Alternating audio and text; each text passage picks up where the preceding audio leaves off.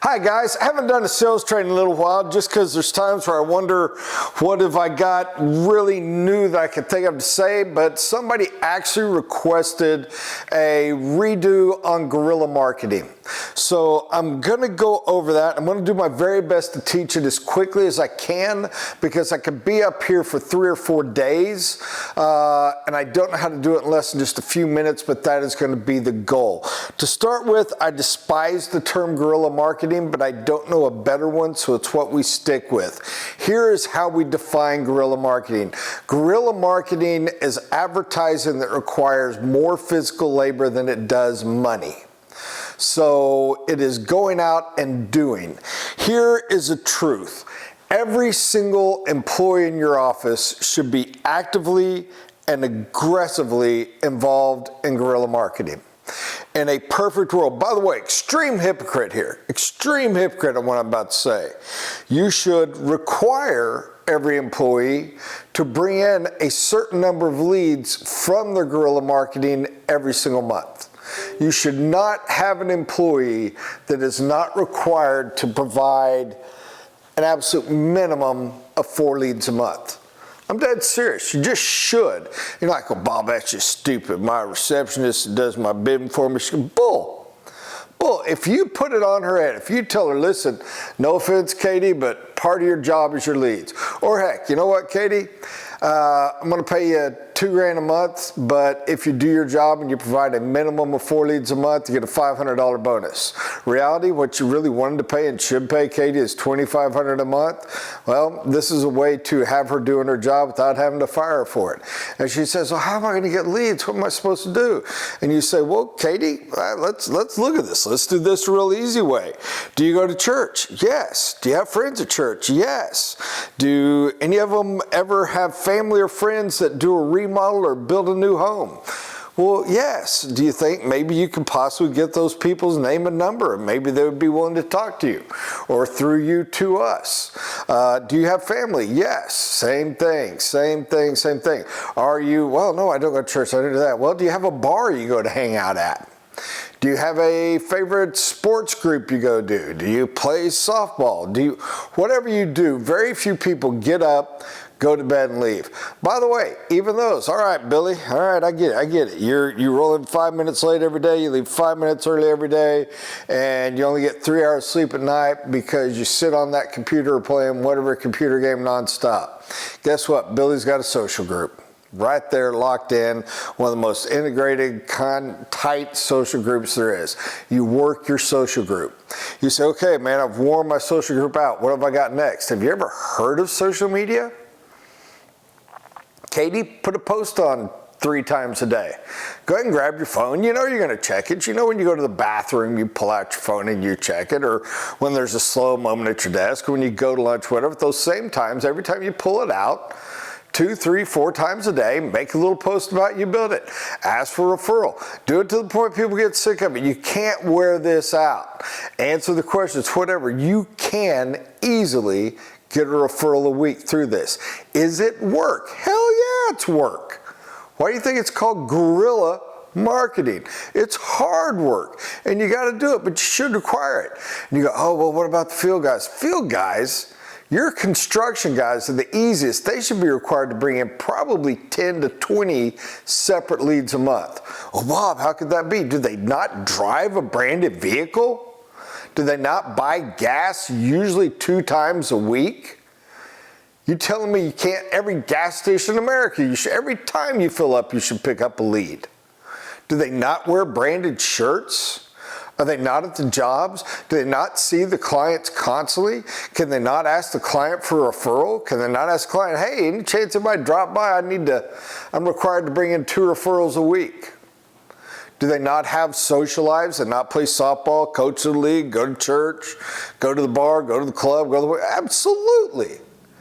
And being as they're constantly driving around in a branded shirt, wearing a branded shirt, in a branded vehicle and everything else, theirs should be the easiest in the world to get leads. This is how you do this kind of stuff. Now, if you just tell them all you have is your phone, that's adequate. By the way, field guys should be posting online on their personal account as well as quite probably yours, even if you have to flow it through something else because you don't give out your passwords. 3 times a day? I mean, you want to check what your guy's doing? Require him every time he leaves, gets to and or leaves a job site to post that job site. It's phenomenal advertising for you, and it'll let you, the manager, you, the owner, know exactly where the hell those people are. It's a lot better than check my iPhone.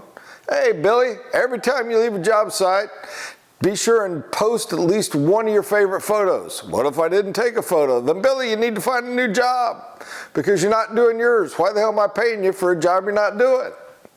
Which is one of the biggest flaws you run into, but that's another story. So getting back to that alone means you're posting. That alone means you're working the website. That alone means you can take those, transfer them over to your little local office page. That alone should be producing a couple of leads a week.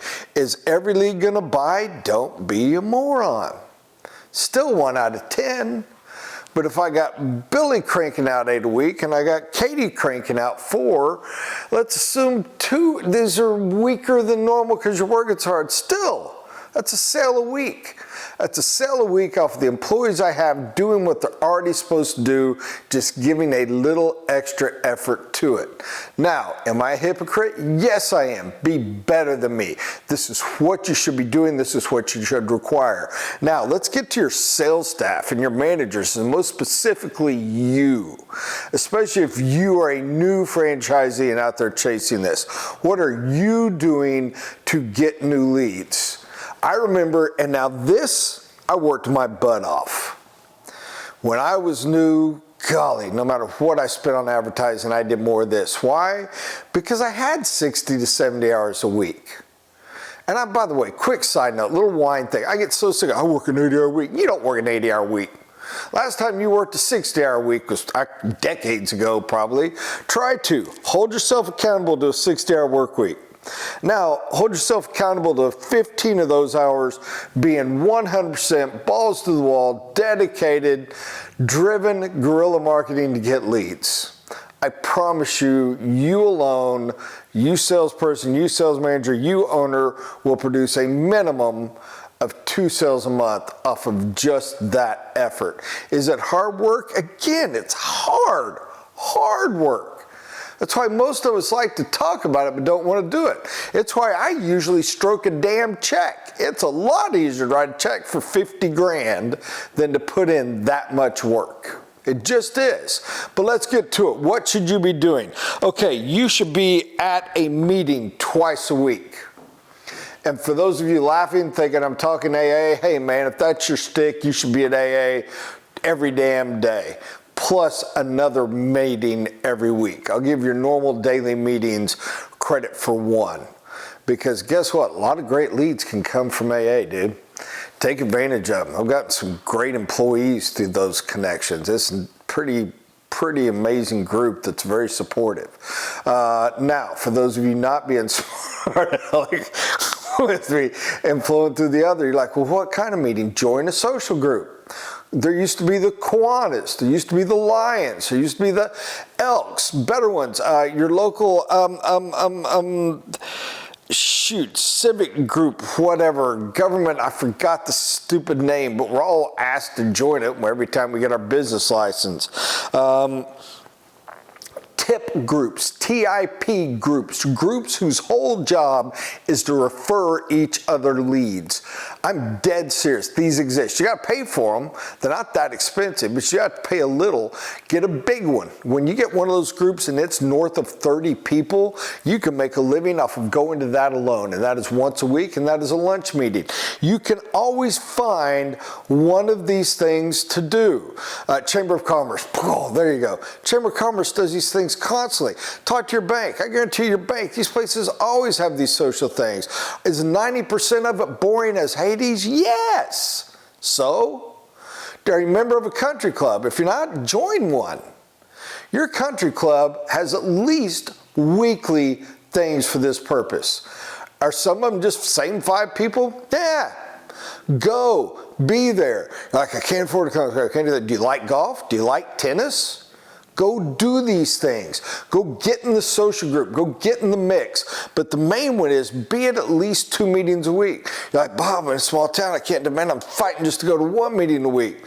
Contact the local schools for the whole county. After your county, go for the next 5 surrounding counties. Any contiguous county, send a letter to the principal saying, hey, I've got a little talk I'd love to give, and I've got one hound for elementary school, one for middle school, and one for high school. If I could ever come and give a talk to one of your classes, I would love to. Believe it or not, dude, you'll be buried. You'll be giving a speech a week to a school. Bob, why would I want to do that? Because you got to tell your story. It's what guerrilla marketing is. You're beating through the bush. You're tearing the jungle down, man. You're stripping the branches. You're stripping the bark off of trees. You're doing anything to find a grub. By the way, these kids, they got parents. Now, when you go, I wish I had them take stuff to give them. Have the little foam houses, have the other. By the way, little bitty materials, and yes, I know its cost is there, but it's very minor. Have your materials. Do you have a box of trifold brochures in your car? Why not? Do you have a door full of business cards? You better. Do you have little knickknacks to give away? I'll give you one. This is real simple. Got a golf ball I like, okay? And I got where I just buy it from the manufacturer. Callaway golf balls. I can buy them for the exact same price at Dick's Sporting Goods, or I can order it for the same price direct from Callaway and they ship them to me. Now here's the kicker. If they ship them to me, they get free personalization. 3 lines. Is it fancy? No. Is it little black lines? Yes. Do most people think it's just a putting line? Sure. But the top line says youbuildit.com. The next line says my phone number, 405-715-9000. And the next line says youremodelit.com. How many leads am I going to get off of these? I don't know, but I'm not doing these specifically for that. I'm going to lose these suckers every week anyway. I just am. But it's out there. It's being seen. What's the banner you hung at the baseball park? Should you go to the local Little League park and pay them to put the banner up? No. But if your kid plays and you're doing it anyway, yes. Especially since you're going to be in the area and people will know it and hold it accountable. What are you doing with these things? Do you park your branded vehicle in the garage? Quit it. Heck, if you're legally allowed to park in the street in your neighborhood, park it in the street. When you go to the mall to shop, you need the steps anyway. We're all old and fat now. Park way out in the parking lot where it's wide open. When you go to the mall shopping, drive exclusively your branded vehicle. When you go to church, sorry guys, don't want to manipulate God. I'm not. When you go to church, park your car way out front. Be seen. Be seen by the people driving by the church that look over to see who goes to that church. Heck, it's a decent witness for them, believe it or not, but we can get into that another day. So doing these little things, how many of these do you have out there? How much are you putting out there? Are you mailing your info kits and are you loading them up with as much garbage as you can? Do you buy the pins? We got these great little pins that are super cheap. They're about the same price with You Build It on them as you pay for the ones you get at the local Walmart.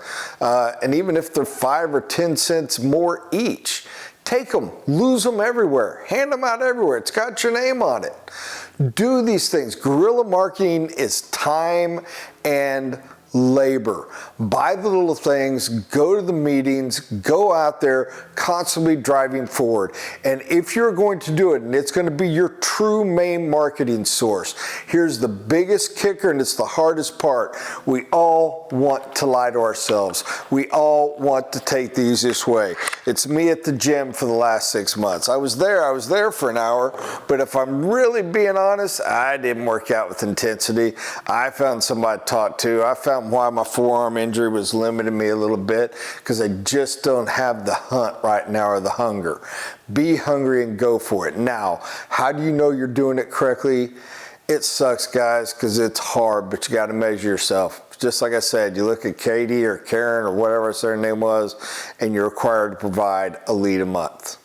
You look at yourself and you say, how many leads did I get in? How many sales did I get off of them?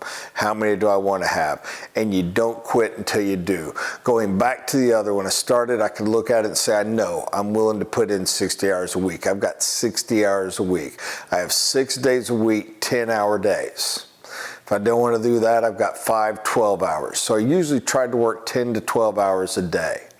Now, here's your difference. I didn't have enough business. I was relatively new. I had enough work to fill about 3 to 4 hours a day. So if I was going to work a 12-hour day and I have 4 of it filled, that means I had 8 hours a day that I could do this. Or I could do this. And this is busy work. This is moving crap around on your desk so you really feel like you worked hard. But I held myself accountable to go to the stuff. I went to about 4 different meetings a week, a couple of them in the same day. I did what I was supposed to. I took more leads than I got, but I went in full integrity and I paid it forward. I must have spoken at more friggin' high schools than you can measure. And loved it, had a great time with them. Spoke to every church group or Bible study that was willing to let a guest teacher come, usually to about 3 people. Most realtor agencies had a sales training weekly. I must have done 40 of those. Take a box of donuts and man, they'll let you talk all you want. They're sick of hearing the same old people talk anyway. You do all that stuff and it was exhausting. And I mean, I was putting in 30, 40 hours a week doing nothing but that. And it was only producing 1 sale a month. But I can't tell you how many times that $20,000 was the difference of profitability and non. An extra 20 grand was huge. And you say, well, I mean, you're too big now, you're too busy, you got too much. Well, yeah, but as you get bigger, you have more employees. And those employees have the time. How will you hold them accountable and how will you measure? I will say the hardest part when you start pass off to employees is some employees don't view that as something they're willing to give. They're like, hey man, you're paying me for a leg, I'm putting in the leg, but you know, I ain't introduced you to my family, my friends. I'm not going on the Facebook thing. You didn't buy me personally. I'm not saying no to that. I get that. I respect that. Personally, if I have an employee like that, I'm not anti it. I respect where they're coming from. They just need to work for somebody else. An employee with that attitude is not an employee, it's contract labor. Contract labor, if I have you and I have a use for you, we need to figure out a payable value relative to your contract labor, and I'll hire you when I need you, and you go find someone else. But you don't pay contract labor to come in for a 40-hour week on a set salary. You hire teammates for that, and teammates play for the brand, wear the brand, do it. So that's enough. I've covered too much. I'm sure I could have done this a million times better. I know I left a ton out. I was going to try to do this in less than 5 minutes. This is probably 15 plus. I apologize. But again, done correctly, this should probably take a weekend. I hope it was helpful. I hope it gave you what you had asked for, those that had asked for it. Thank you guys. See you soon. Have a great day.